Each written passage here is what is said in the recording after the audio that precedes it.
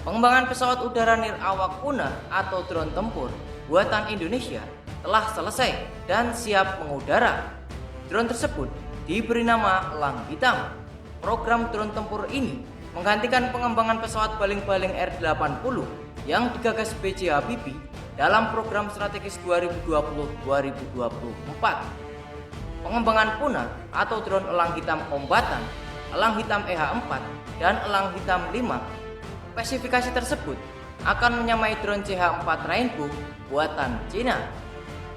Pembuatan drone Indonesia dibangun oleh konsorsium Punamale Kombatan yang terbentuk pada tahun 2017 lalu, antara lain Kementerian Pertahanan yaitu Ditjen Pohan dan Balitbang, BPPT, TNI AU, PT Dirgantara Indonesia, dan PT Line Industri. Kemudian 8 masuk sebagai anggota konsorsium dan bersama-sama ambil bagian dalam pengembangan Punamale Kombatan.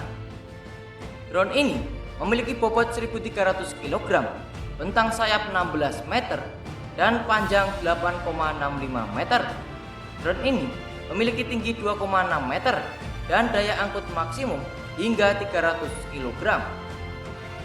Drone ini mampu terbang dengan ketinggian maksimum 24.000 kaki, mampu terbang tanpa henti hingga 30 jam, dan memiliki kecepatan maksimum 235 km per jam, serta radius operasi sejauh 250 km los.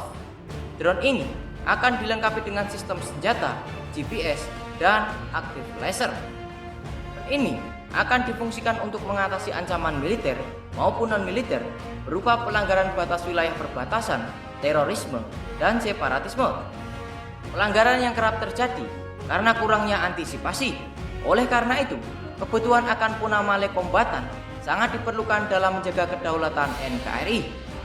Drone Elang Hitam ini akan menjadi semacam CCTV di langit Nusantara guna menjaga kedaulatan NKRI, khususnya terkait pengawasan baik di wilayah darat maupun laut, melalui pantauan udara, khususnya untuk mengintai di wilayah perbatasan dan pulau-pulau terluar di Indonesia.